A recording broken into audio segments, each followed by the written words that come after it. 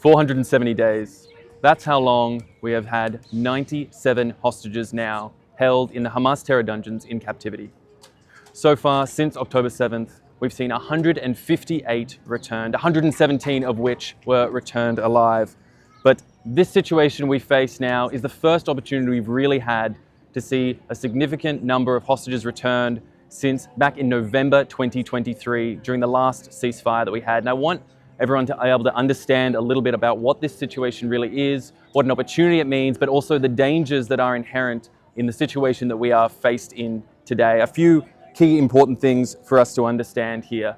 What will happen over the next 6 weeks or so is phase one of the hostage deal, in which 33 hostages will be slowly drip fed out in what I can only describe as a sort of sick reality show perpetrated by Hamas, as they slowly release names, hostages, and hopefully continue the ceasefire operations for the remaining 6 weeks to get people back home, to get hostages that they've held for so long back into their homes.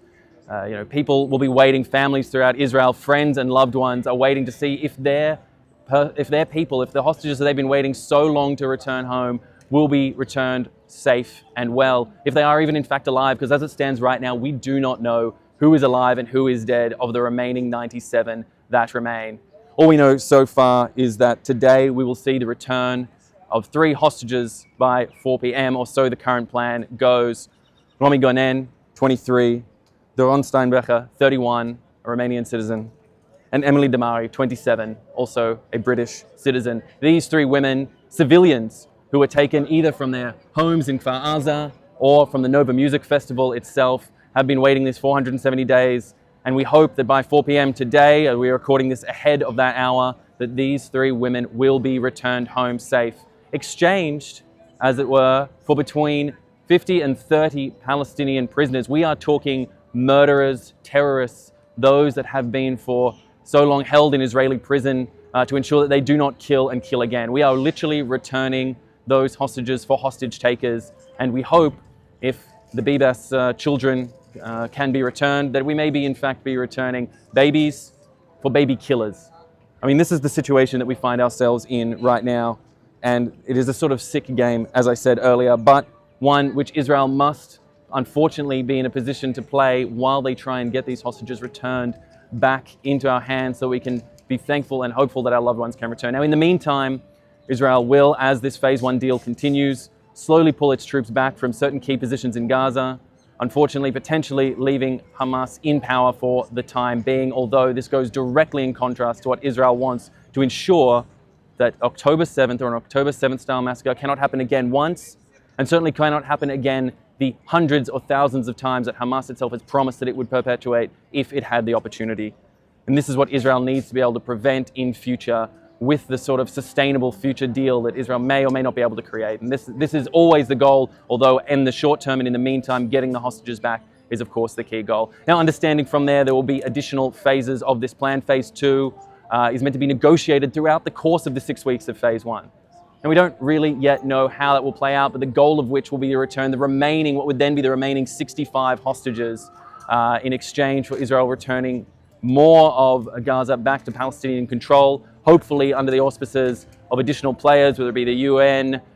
We've heard talks of Qatar, Egypt, others who might be involved in the rebuilding and development of Gaza as Israel removes itself and taking over governance of the Gaza Strip.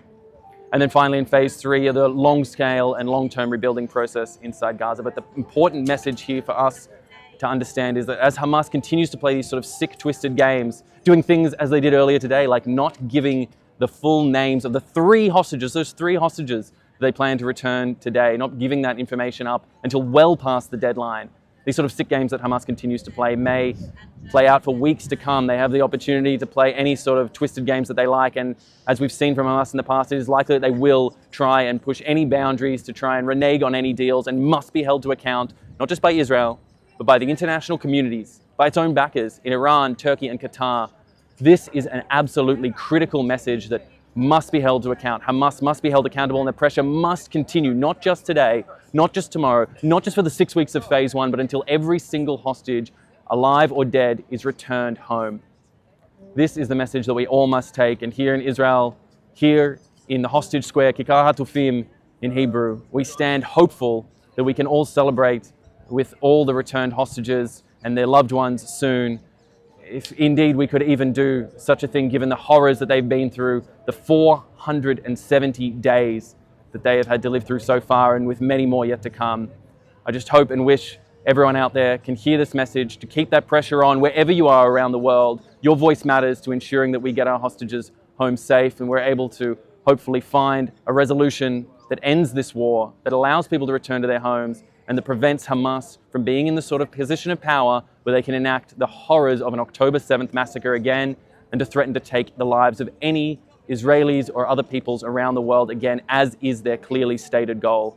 This is such a critical message, and I need everyone to understand in their thoughts, their prayers, but also in their words and their deeds, to fight to keep the pressure on Hamas and get our hostages home, because this is the critical and only message that we are able to and need to focus on right now.